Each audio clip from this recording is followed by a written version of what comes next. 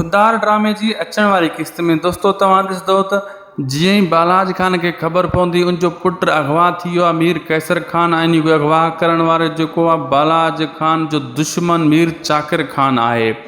ऐं पोइ बालाज खान जेको आहे पंहिंजे बॉडी गार्ड ते ॾमरजी पवंदो आहे उन्हनि खे एॾो ज़लील कंदो एॾो मतिलबु बुरो भलो ॻाल्हाईंदो दफ़ा छितो थी पवंदो ऐं इहो अहद कंदो त मां मीर चाकर खां इहो पंहिंजो पुटु बि छॾाईंदुसि हाणे अॻिते जेको आहे इन जी दुश्मनी चोट चाढ़े छॾींदुसि।